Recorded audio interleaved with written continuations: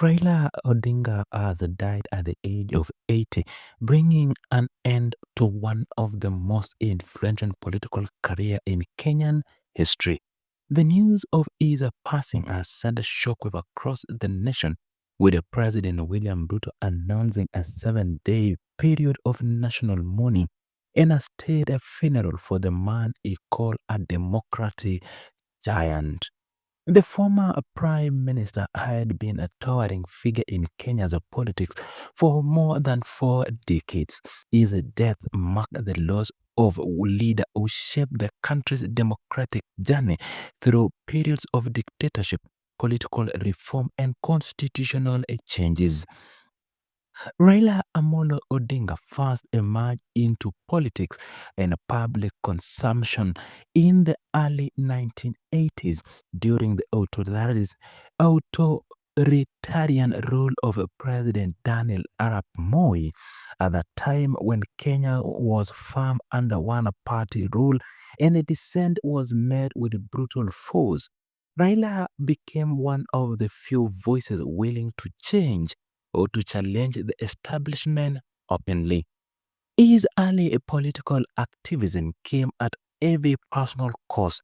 The Moi government viewed him as a threat to establish order and subjected him to detention without trials. He spent years behind bars, enduring torture and isolation in Kenyan prisons. This experience, rather than breaking his spirit, seemed to strengthen his resolve to fight for democratic change. During the 1980-1990s, Kenya was a dangerous place for opposition politicians. The state machineries were used to crush dissent through arrest, mysterious disappearance, and assassination. The political gatherings were banned, critical voices were silent, and the fear permitted every corner of public life.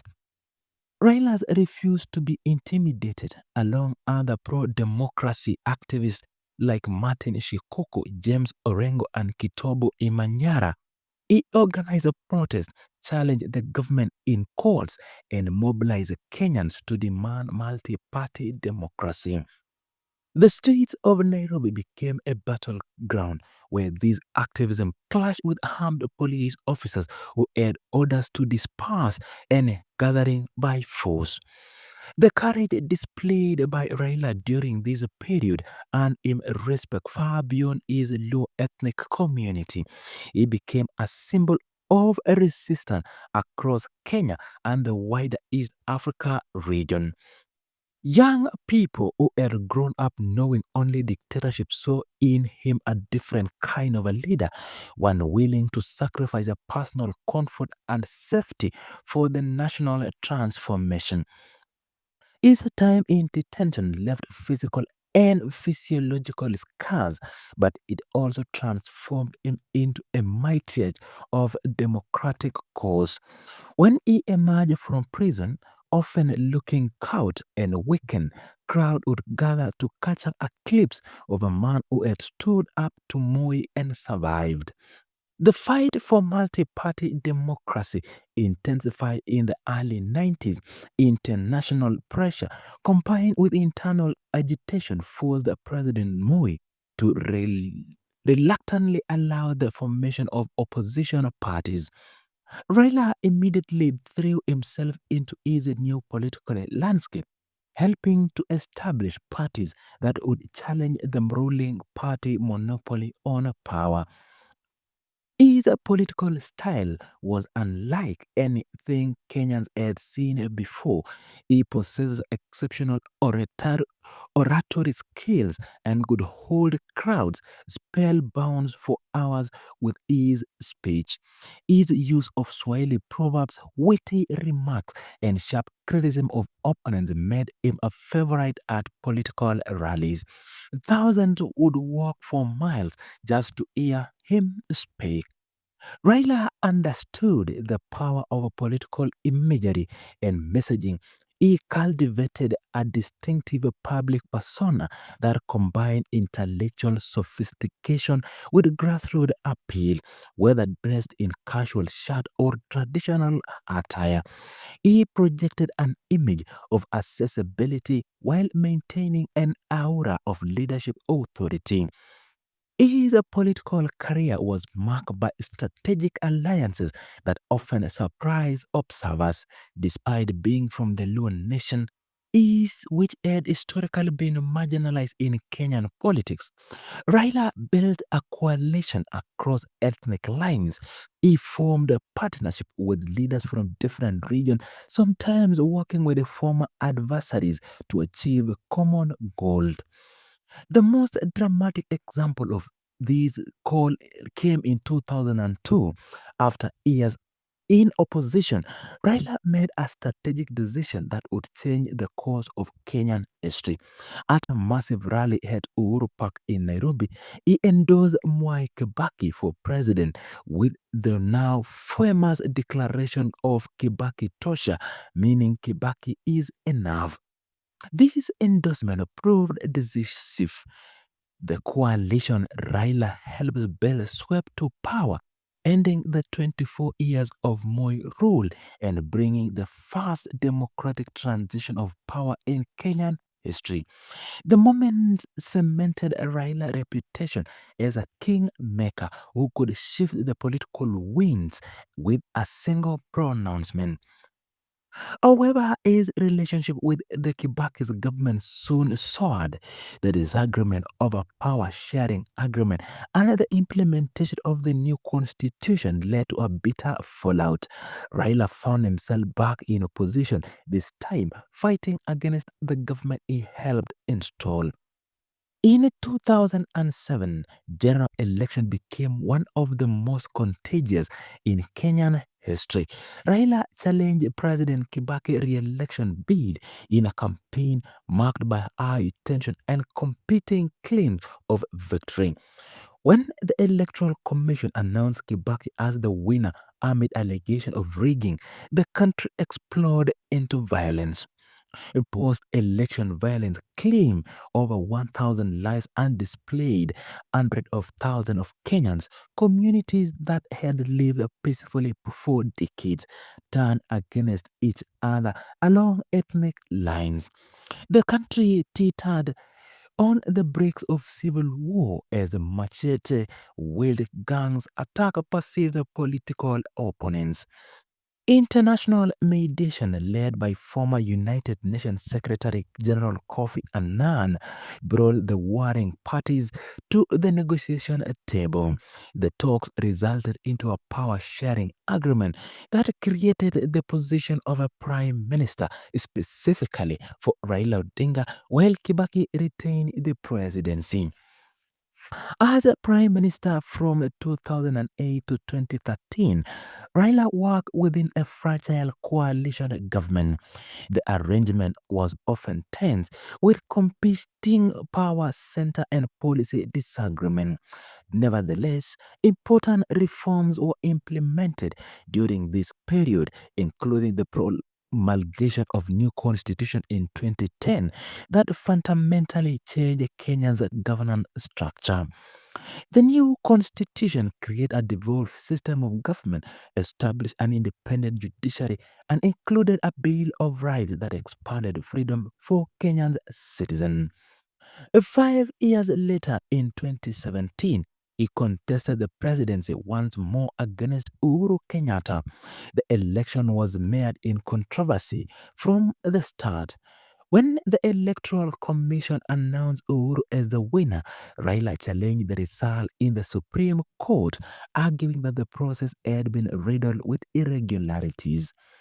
In an unprecedented decision, the Supreme Court nullified the presidential election, citing procedural violation by the Electoral Commission.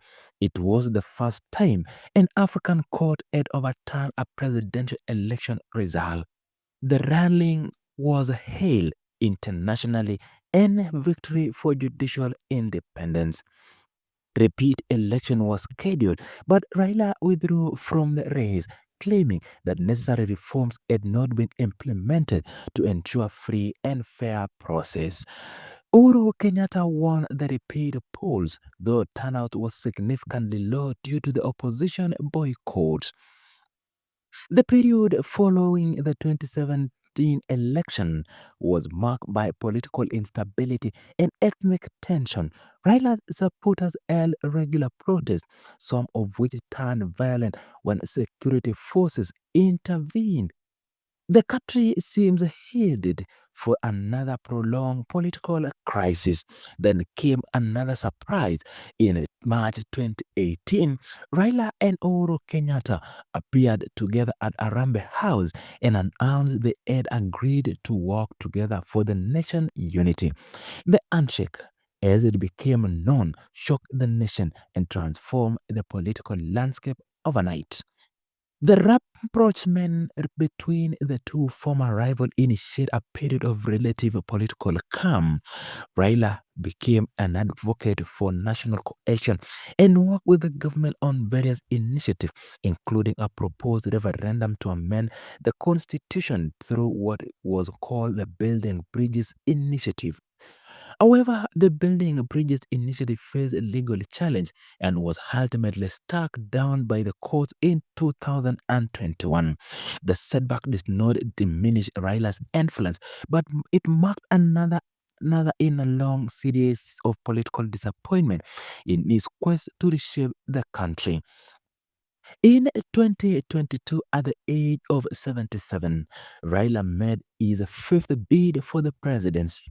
He faced William Ruto, who had been Uhuru Kenyatta deputy but had fallen out with the president.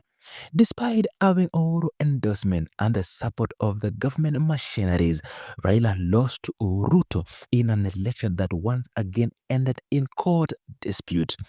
After exhaustingly legal option, Raila accepted the court's decision and returned to opposition. Many observers thought this might finally mark his retirement from active politics, but he remained engaged in national affairs and continued to comment on government policy. Throughout his long career, Raila attempted 5 times to become a president but never achieved that goal. Yet his influence on Kenyan politics extended far beyond electoral victories. He shaped political discourse, mentored young politicians, and remained relevant across generations of voters. Regardless of these different perspectives, few could deny his impact on Kenya's and political evolution, from the dark days of one-party rule to the establishment of the new constitutional order. Raila was present at every major turning point in the nation's democratic journey. He came from a political family. His father, Jaramogi Oginga Odinga, was Kenya's first vice president and later a prominent opposition leader. Growing up in a such environment exposed Raila to politics from a early age and instilled in him a sense of public service and a political activism. Raila studied engineering in Germany and worked briefly in that field before being drawn into politics. His technical education gave him an analytical approach to problem solving, though his political career would be defined more by institutions and strategic thinking than by technical expertise. Kenyans across the country call him Baba, meaning father in Swahili. The nickname reflected the affection and respect many felt towards him. For his supporters, he was more than a politician. He was a paternal figure who fought for the interest and gave the voice for the frustration. His ability to mobilize masses was unmatched in Kenyan politics. When he called for a protest or rally, thousands would respond. This grassroots support gave him leverage in negotiation with other political leaders and made it impossible to ignore in any political calculation. Even in his final years, Raila remained active and visible. The attended public events, commented on current affairs, and maintained a presence on social media. His health had been a subject of speculation over the years, but he continued to participate in politics with apparent vigor.